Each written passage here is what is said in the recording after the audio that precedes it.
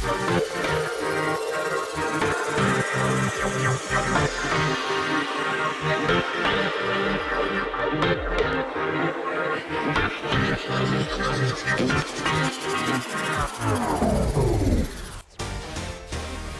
going on, fellow RCers and subscribers? It has been a while. My gosh, I've been missing in action, so busy with my work, personal things, family, and just didn't really have time for the RC hobby. But as you can see in front of you, what you're seeing in the video, this is the Redcat Everest-10 1/10 scale, somewhat comp style crawler that we have here in front of you. And the reason why I decided to get this truck was because I've been just hearing and watching a lot of videos about this truck, and I've decided, even though it's a couple years old, but due to the style of crawler that it is and its ability to be modded and customized in so many ways into one's particular taste, I decided to take the jump. All right, and so not to talk so much, especially after being away for such a long time. As you can see, the design on the box is quite nice. And on this side, I believe we have a top-down view of the truck without the body. And then coming to this side here, we have the two bodies available in this truck in the two colors. I have the blue one as is marked here. And then over on this side, we have some warning information. And then coming here on this side, we have a side view of the red body of the truck. All right, but we're gonna open her up.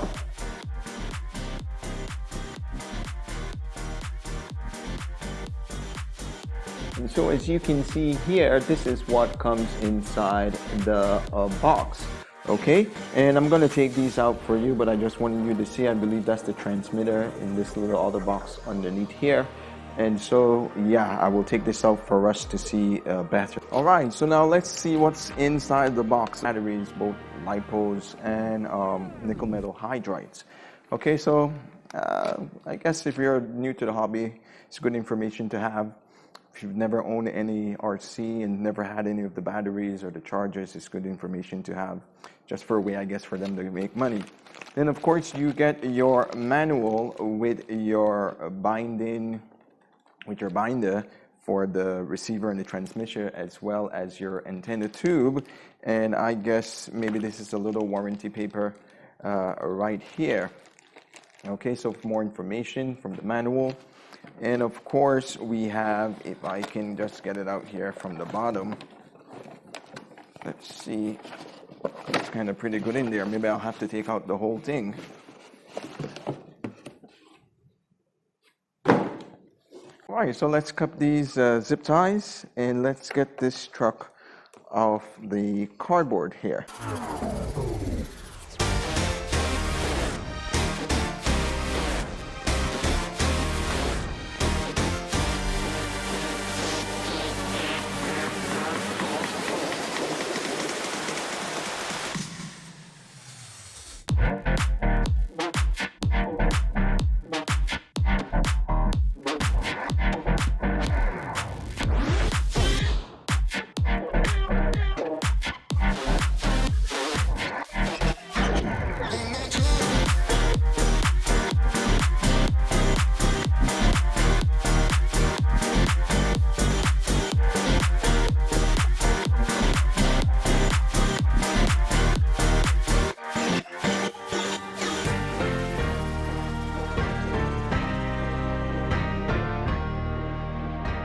So here we have the truck, looking quite nice. Okay, what to say about the truck? Whoops, I already took off the body clips. The body is very nice looking. It is quite thin though. And so what I'm going to do, I'll just take it off quickly. What I'm going to do is to reinforce the body with some aluminum reinforcement tape that I have, and also with some hot glue. All right, and that will help the body a lot. especially since this is a crawler. You know, you will have some rollovers, but they won't be very serious crashes where there is a big impact of the body to the ground. And so the body should last quite a long time just with that simple reinforcement with the aluminum or aluminum tape, whichever one you want to call it. Okay, and so let's put this here for now. I'll put this here. Okay, and here you have a better look at the truck. Okay, so the chassis plates are aluminum, they're all metal. The links as well, front and rear. The axles are the same, front and rear, they're interchangeable. And so with that, if you can see here, they have the 3 holes for the servo plate. To then add this servo plate and another servo, and with the right connectors, you will have 4-wheel steering. This is a 4-wheel drive vehicle. The tires, feel quite squishy. All right, you hear all that air coming in. But according to many people, these tires aren't really that good, okay? Especially because I guess the tread in here, they're so close, the little pieces here are so close to each other. And so one modification that people do is to just simply cut out cut off pieces of one row and then skip a row and then another row and like that. And that helps get for the vehicle to be better out on the trails, all right? Get better, I don't want to say grip, but have better traction with whatever surface you are on. So the battery is a nickel metal hydride battery, as I mentioned. This is a 2000 milliamp or 2 amp battery. Okay, it can easily be swapped out with LiPo battery 2S or 3S, and all you have to do, there's some little pins here that you take out and you put in according to the instructions here, and you'll be good to go. This is a 40 amp ESC. It is waterproof. The same thing with the servo. I don't know what kg the servo is. The servo horn is plastic. We'll change that out to an aluminum one. Let's see. The diffs, I don't know how much grease or oil they have in them, so we're going to look at that as well. Okay, the shocks, even though they're aluminum capped, they are plastic body, they are threaded, and they are filled with oil.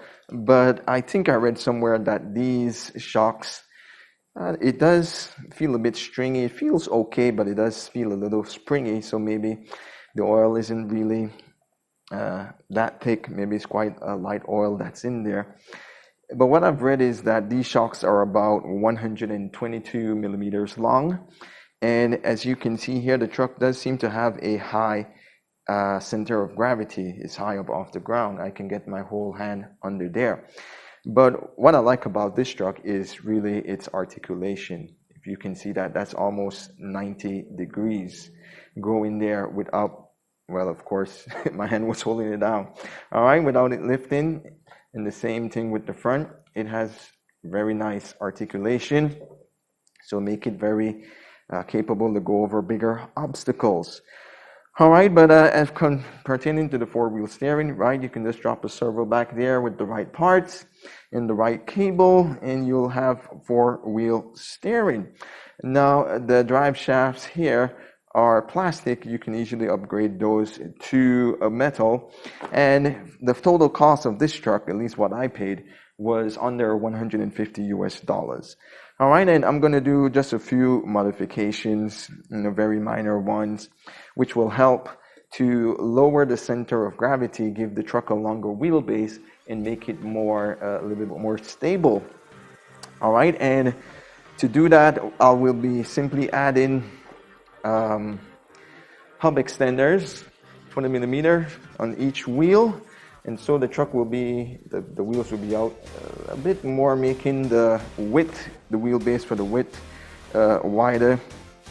And what I will also do is, if you can see here, I don't know how well, but there are some outer holes here on each side. And so I will take these out and put them to the outer hole. Therefore, it will give the truck a longer wheelbase. All right, I've seen people suggest doing this, and that will help a bit, not that much, but it will help a bit to lower the center of gravity on the truck. I don't know how many teeth is the pinion and the spur, but Some people put a, what is it, a bigger pinion and make it bigger pinion, yeah, and swap out the motor to one with lower teeth and to make the truck faster. But I want to see how slow, not fast, but how slow it is. And if I'm okay with it, you know, it's crawling, you go in the trails, as long as it can keep up with you at walking speed, I think that will be good enough. All right, but those will be some modifications I will do, and if I want it faster, I can always swap out the motor. I'm thinking, I don't know what's how many teeth or turns, sorry, the motor is, but it is a 540 brush motor. And to use LiPo batteries, you just take out these little pins here and switch them around. Well, one pin, the other pin is for forward, reverse, and brake, if I'm not mistaken. Rings are aluminum and the wheels are bead lock. How did I forget that? Okay. And so, well, of course, the wheels are plastic, only aluminum rings. And so the truck, the wheels aren't that heavy. They're quite light. They do have foam inside. It feels like that. But yeah, I can swap out the wheels. I have aluminum wheels, bead lock wheels as well. Okay, but as we go on, I will be putting up more videos of the modifications that I do when I get the parts for the 4-wheel steering. We're going to do a video for that, and also in that same video we're going to put on the hub extensions to the vehicle. And yeah, later on I'll swap out the shocks to 110 millimeters or 100, just to make the truck a little bit lower. You see, it's like this, there's an angle here, but if we can get it a little bit lower and we stretch out the wheelbase a little bit more and give it a lower center of gravity, yeah, it will make it more stable. But thank you guys for joining. It's been a while. Yeah, I can't keep up with making videos. These do take time, but if you haven't done it already, do like and subscribe. This has been Mace to Go, and this has been the just unboxing of the Redcat Everest-10. Thank you again, guys. Stay tuned for the other videos to come in the future. Take care.